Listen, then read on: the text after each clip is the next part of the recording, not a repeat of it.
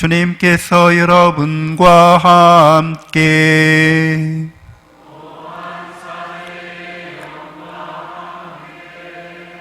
마르코가 전한 거룩한 복음입니다.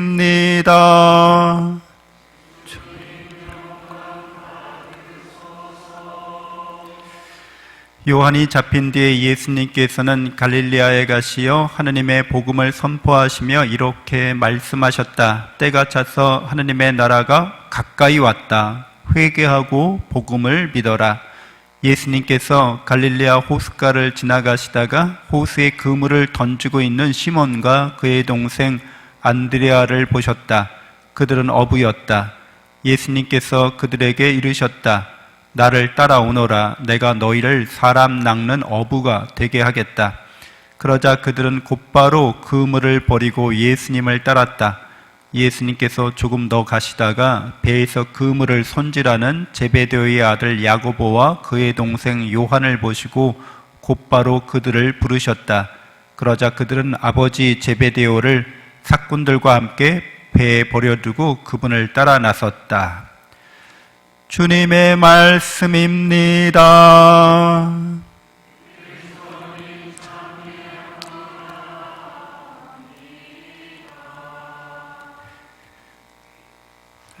참 예수님,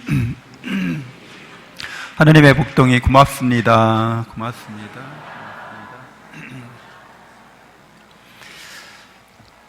네. 3주간에 걸쳐서 연속적으로 강론을 하려고 해요. 봉헌에 관련된 연속 강론이 되겠습니다. 첫 번째 시간으로 아브라함의 소명과 봉헌이라는 제목으로 함께합니다.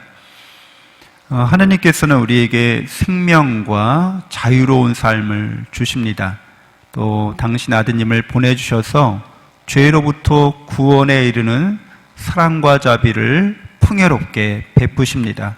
또한 성령을 우리에게 부어주셔서 하느님의 나라를 차지하게 하셨습니다. 우리는 이 세상에 태어날 때 누구나 알몸으로 태어나고 또 이 세상을 떠날 때 누구나 빈손으로 가게 됩니다. 그러나 하느님께서는 이처럼 가진 것 없는 우리에게 모든 좋은 것들과 이로운 것들과 구원에 유익한 것들을 항상 넘치도록 베풀어 주십니다. 마침내 하느님께서 우리에게 정말 주시고자 하시는 것은 이 세상의 유한한 생명과 세상적인 가치들을 뛰어넘는 바로 하느님 당신 자신이 되십니다. 그래서 우리는 모두 하느님을 받아 모시는, 그래서 하느님과 하나가 되는 은총을 입은 사람들이 됩니다. 우리가 감히 바랄 수도 없는 것을 베풀어 주시는 하느님으로부터 우리가 이 모든 것을 받을 수 있는 길은 우리가 하느님의 사랑에 대한 믿음을 갖고 있기 때문에 그러합니다. 이렇게 우리를 사랑하시는, 그래서 당신 자신을 사랑으로 주신다고 하는 하느님에 대한 믿음이 없다면 우리는 아무것도 받을 생각을 말아야 합니다. 실제로 하느님이 우리를 사랑하셔서 주신다는 것을 믿지 않으면 그 사랑을 우리가 받아들일 수 없는 것이죠. 또 그 사랑으로 말미암은 은총도 우리에게 이루어지지 않습니다. 하느님께서 우리를 이렇게 특별히 사랑하시기 때문에 죄로부터 구원받았다고 하는 믿음, 확신, 그리고 구원의 은총으로 우리가 영원한 생명, 곧 하느님의 생명에 참여하리라는 희망이 없다면 신앙생활을 한다고 하는 것은 형식에 불과합니다. 껍데기에 불과합니다. 그냥 종교가 필요하니까 그냥 천주교 신자로서 살고 있다, 이 정도에 지나지 않는 거죠. 우리에게 별로 유익하지 않을 뿐더러 오히려 우리에게 마이너스가 될 수 있습니다. 하느님께서는 당신의 사랑을 믿는 이들을 부르시고 우리에게 풍부한 구원의 은총을 베푸시며 하느님의 자녀로 삼아주셔서 당신의 영원한 생명에 참여하게 하셨습니다. 아멘. 그래서 이러한 믿음의 조상들, 우리를 이렇게 믿음으로 가고 있는 우리를 맨 먼저 그 길을 걸어갔던 우리 믿음의 조상 아브라함은 하느님의 사랑의 말씀을 듣고 길을 떠나게 됩니다. 그의 나이가 75세였다고 성경은 전해주죠. 그가 약속의 땅에 도착했을 때 스켐에서 하느님의 말씀을 듣고 처음으로 한 일은 제단을 쌓아서 주님께 바치는 일이었습니다. 그리고 또 베델로 이동하면서 거기에서도 주님께 제단을 쌓아 바치고 하느님의 이름을 부르면서 예배하였습니다. 이렇게 아브라함은 주님의 이끄심에 따라 이주하면서 도착하는 곳마다 먼저 주님을 위해서 제단을 쌓고 예배드립니다. 그러니까 아브라함은 사랑의 부르심을 받았는데 우리들도 늘 사랑의 부르심을 받고 있는 거죠. 우리 아침에 눈을 뜨면 하느님께서 우리를 사랑으로 부르고 계시다는 것을, 가족에 대한 사랑, 이웃에 대한 사랑, 우리 지역과 우리 사회와 우리 국가와 세상에 대한 사랑으로 우리가 부르심 받은 거죠. 그래서 그 부르심을 받은 아브라함처럼 우리도 하루의 길을 떠나는데 아브라함은 그 길의 부르심에 있어서 도착하는 곳마다 이제 소박하게 돌제단을 쌓고 하느님께 사랑의 선물을 드립니다. 예물봉을 하는 거죠. 재물봉헌을 합니다.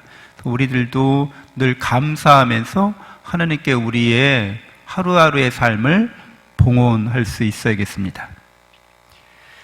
하느님께서는 이런 아브라함의 예물 봉헌, 재물 봉헌을 기쁘게 받아주십니다. 그게 특별하게 특상품이거나 굉장히 그게 훌륭하거나 그게 하느님 마음에 드셨다기보다는 사랑의 마음을 보신 거죠. 하느님께서 사랑으로 부르셨기 때문에 아브라함은 자신의 최선을 다해서 기쁘게, 감사하게, 정성스럽게 재물을 봉헌하는 것이고, 그 재물 자체에 하느님께서 그게 필요하다거나 그게 하느님께서 정말 원하셨던 것이 아니라 다만 아브라함의 그 사랑의 마음을 원하셨기 때문에 그를 축복해 주십니다. 제단에 바쳐지는 제물은 반드시 생명 있는 것이어야 하는 거죠. 그래서 제물을 봉헌하는 자의 생명의 일부분과 같습니다.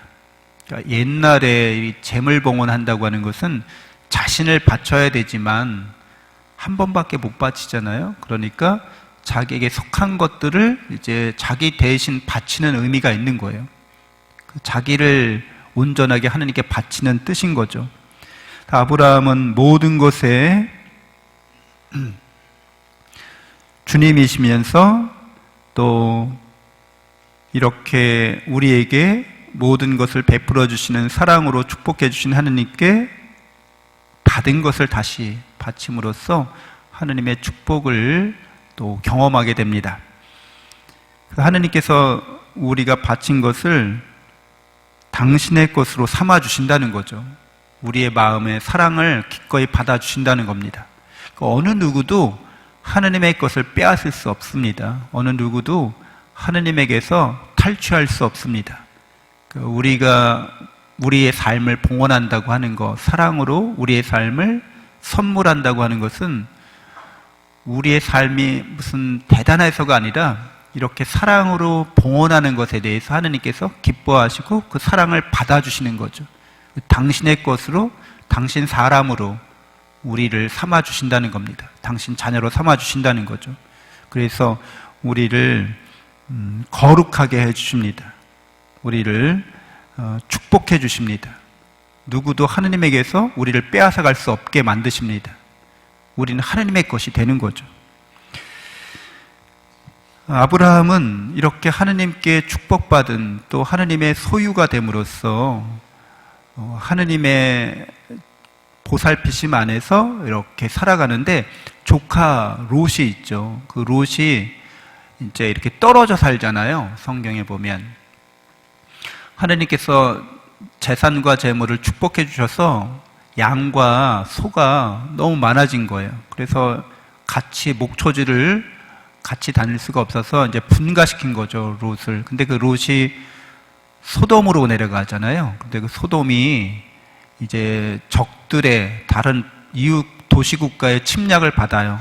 그래서 롯도 포로로 끌려가게 되는데 아브라함이 조카 롯을 구출하려고 이제 전쟁에 나서게 됩니다. 그리고 승리하게 돼요. 근데 전리품을 얻잖아요. 근데 그 전리품의 10분의 1을 11조죠. 거기서 처음 이제 11조를 바치는 장면이 나옵니다.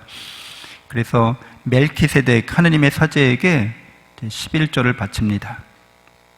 그러니까 아브라함은 자신이 축복받았고 전쟁에서 승리한 것들은 다 하느님께서 베푸시는 것이다. 그래서 하느님께만 나는 이렇게 재물을 봉헌한다. 이렇게 믿고 그래서 멜키세덱에게 11조를 바친 겁니다.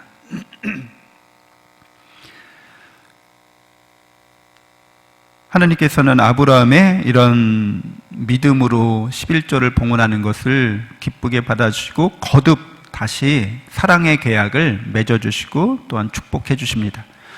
하느님께서는 이렇게 거듭 당신의 사랑을 약속해 주시고 축복해 주시면서도 아브라함의 믿음을, 하느님의 사랑에 대한 믿음을 시험하시려고 아브라함이 100세에 얻은 외아들 이삭을 제물로 바치라고 그렇게 명령하십니다. 이게 성경의, 구약 성경에 나오는 가장 중요한 사건 중에 하나인 거죠. 그래서 아브라함은 인간적으로 하느님의 말씀을 거부할 수 있었죠. 너무 심한 거 아니에요, 하느님? 아니, 어떻게 당신이 약속해 주신 축복 가운데 너의 자손이 하늘의 별처럼 바닷가의 모래알처럼 많아질 거라고 약속하셨는데 100세 겨우 꼴랑 아들 하나 주셨는데 그 아들을 바치라고요? 너무 심한 거 아닙니까? 이렇게 거부할 수도 있었습니다. 근데 아브라함은 여러분 성경을 읽어보시면 나와 있지만 아브라함이 거기에 대해서 어떤 항변을 했다는 이야기가 하나도 안 나와요. 너무 짤방하게 다음날 이른 새벽에 길을 떠났다 하고 바로 나옵니다. 그러니까 아브라함이 불면에 밤을 지새웠는지 고뇌했는지 아무 기록이 없어요. 그냥 새벽 일찍 일어나서 이삭과 함께 길을 떠나는 거죠. 자, 아브라함의 믿음이, 하나님의 사랑에 대한 믿음이 시험을 받는 겁니다.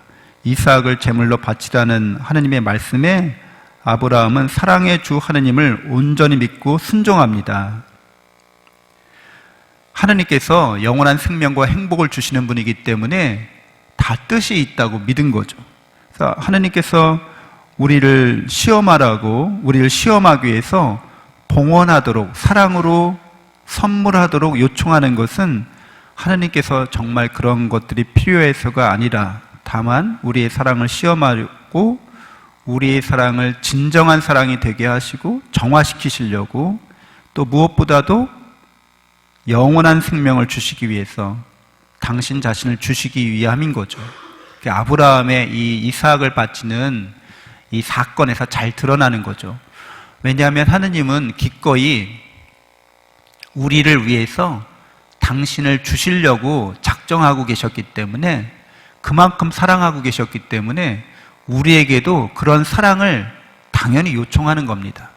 나는 너를 이만큼 사랑하는데 너는 나를 얼마큼 사랑하니? 묻고 싶으신 거죠. 여러분들도 사랑하실 때 그러죠. 내가 너를 사랑하는 것만큼 너도 나를 사랑해? 아니, 네가 나를 사랑하는 것보다 내가 너를 더 많이 사랑해. 이런 거를 시험하거나 이런 거를 증명하고 싶어 하지 않으세요? 관심 없고 그냥 네가 나를 사랑하는지 알고 싶지 않고 그냥 내 좋을 대로 나는 그냥 하고 싶은 대로 할게. 이런 거는 이제 사랑의 관계가 아닌 거죠. 하느님은 진실한 사랑으로 그런 마음을 품으셨기 때문에 아브라함에게도 기꺼이 그런 과감하게 그런 요청을 하시는 거죠. 그래서 잘 아시는 것처럼 하느님께서 아브라함을 시험하기 위해 선택하신 그 산에서 이삭을 대신할 제물을 선수 마련해 주십니다. 그게 가시덤불에 뿔이 걸린 순양을 마련해 주신 거죠. 우리는 그 산을 그래서 야훼 이레, 이레라고 새롭게 부르게 되었습니다. 하느님께서, 야훼께서 이레, 마련해 주신다, 이런 뜻인 거죠. 그래서 야훼 이레 주님께서는 그 산에서 이삭을 제물로 바치려는 아브라함을 이제 만류하시고 중지시켜 주시고 대신 순양을 마련해 주셨는데, 우리는 이 순양이 가시관을 쓰신 예수 그리스도라는 것을 신약 성경을 통해서 십자가에서 당신 자신을, 우리를 죄로부터 구원하기 위한 희생제물로 바치신 예수님에게서 암시받습니다. 그대로 예형인 거죠. 미리 보여주시는 거죠. 하느님께서는 우리에게 예수 그리스도의 희생제사를 통해서 당신의 사랑을 드러내셨습니다. 나는 너희를 이만큼 사랑한다는 거죠. 그리고 이 사랑으로 너희가 죄로부터 구원받으리라는 거죠. 이 사랑을 믿는 사람은 누구나 이제 하느님의 영원한 생명에 참여하게 됩니다. 그래서 누구나 하느님의 사랑을 믿고 자신을 봉헌하는 사람들, 이 사랑으로 나도 결국 이 사랑 속에서 살고 있는 거구나. 사랑한다고 하는 것은 자기를 내어주는 거구나. 자기 전부를 내어주는 거구나. 그래서 우리의 인생을, 여러분들, 어차피 인생을 누군가를 위해서 무엇인가를 이렇게 내어줘야 하잖아요.